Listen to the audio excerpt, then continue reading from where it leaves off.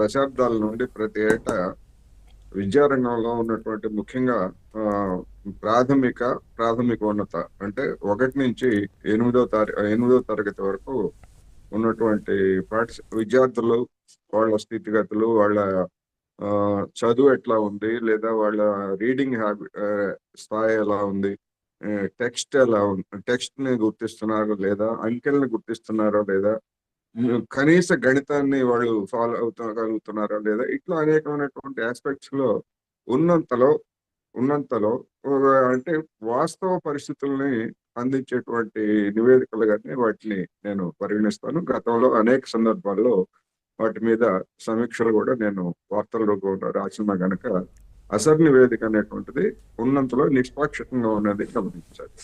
ఇక్కడ ఆంధ్రప్రదేశ్ కి సంబంధించి అది 6 పేజీల నివేదిక ఇచ్చింది. దానిలో ఉన్నటువంటి అంశాలని మనం 2-3 భాగాలుగా చూడాలి. ఒకటి, మీరు అన్నట్టుగా పాఠశాలలో కనీస సౌకర్యాలు అనేటువంటిది ఒక అంశం. ఆ కనీస సౌకర్యాలు కలిగిస్తే విద్యార్థులు వస్తారా, లేకపోతే కేవలం సౌకర్యాలను బట్టే విద్యార్థులు వస్తారా, లేదా ప్రమాణాలను బట్టి వస్తారా, లేదా టీచర్స్ యొక్క బిహేవియరు, లేదా వాళ్ళ స్టాండర్డ్స్ బట్టి వస్తారా, ఇవి డిఫరెంట్. ఎప్పుడు కూడా ఒక ఏకాభిప్రాయం లేనటువంటి అంశాలు అనేది మనం గమనించాలి.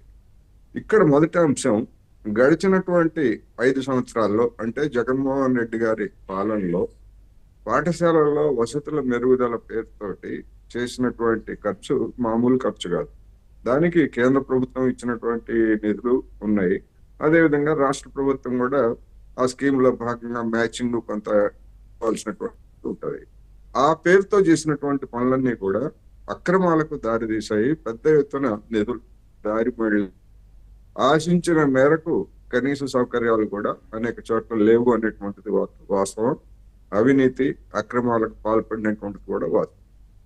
రెండో అంశము, ఇవి ప్రమాణాలకు సంబంధించి ఫస్ట్ స్టాండర్డ్ నుంచి 8th స్టాండర్డ్ వరకు వాళ్ళు వివిధ అంశాల మీద ఇచ్చినటువంటి నివేదికలను చూసినప్పుడు మనకి ఫస్ట్ స్టాండర్డ్ అంటే 1వ తరగతి, 8th స్టాండర్డ్, 8వ తరగతికి సంబంధించినటువంటి విద్యార్థులు అందరూ ఎప్పుడు చేరారు? వీళ్ళందరూ కూడా స్కూళ్లలో జగన్మోహన్ రెడ్డి గారు అధికారానికి రాకముందే చేరారు.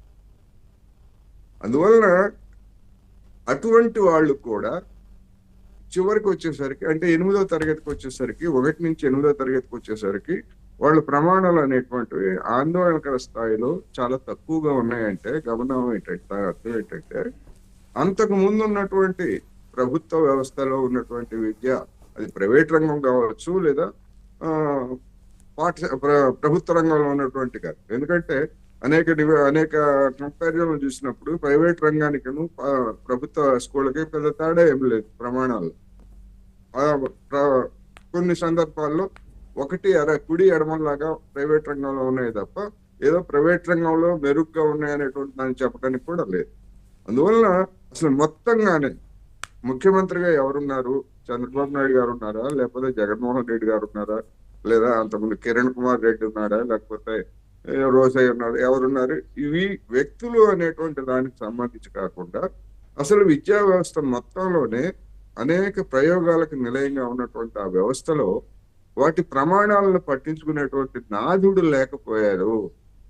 ముఖ్యంగా ప్రభుత్వ పాఠశాలల్లో అధికార యంత్రాంగం, పర్యవేక్షించాల్సినటువంటి అధికార యంత్రాంగం కూడా దాన్ని పూర్తి నిర్లక్ష్యం చేసిన ఫలితంగా. అంటే సార్ ఒకటి, అంటే మనం వాస్తవంగా మాట్లాడుకుంటే మీరు అన్నట్టుగా అంటే ఒక నిర్దిష్టమైన ప్రణాళిక లేకపోవడం, తర్వాత ప్రైవేటు పాఠశాలల వైపు ఎక్కువగా విద్యార్థులు చూడటానికి కారణాలు ఏంటి, ఇటువంటి విషయాలను కనుక విశ్లేషించుకుంటే ఇక్కడ ఏం మెరుగుపరచాలి అనే అంశాలపైన నిజంగా ఒక ప్రత్యేకమైన ఒక అధ్యయన కమిటీ వేసి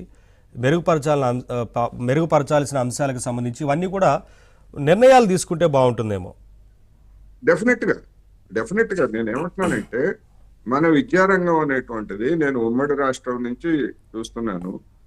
ప్రతి ఉన్నతాధికారి లేదా మంత్రి లేదా ప్రభుత్వాలు మారినప్పుడల్లా ఒక కొత్త ప్రయోగం, గతంలో చేసినటువంటి ప్రయోగాల నుంచి గుణపాఠాలు తీసుకోవడం అది ఎవరైనా చేయొచ్చు. కానీ వాటన్నిటిని పక్కన పెట్టేసి ప్రతి వాళ్ళు వచ్చి కొత్త ప్రయోగం చేసి, అంటే ఒక మొక్కను నాటినప్పుడు ఆ మొక్కని కొంతకాలం పెరగనివ్వాలి. అలా కాకుండా మొక్కకు వేళ్ళు వచ్చాయా లేదా, ఎన్ని వేళ్ళు వచ్చాయని చెప్పేసి ప్రతిసారి పీకి చూసి మళ్ళా నాటుతా ఉంటే ఆ మొక్క ఎట్లా ఎదుగుతుంది, అది ఆరోగ్యంగా ఎట్లా ఉంటుంది అనేది చూడాలి. విద్యారంగం కూడా అలాంటిదే. సార్ అలాగే మాట్లాడదాం సార్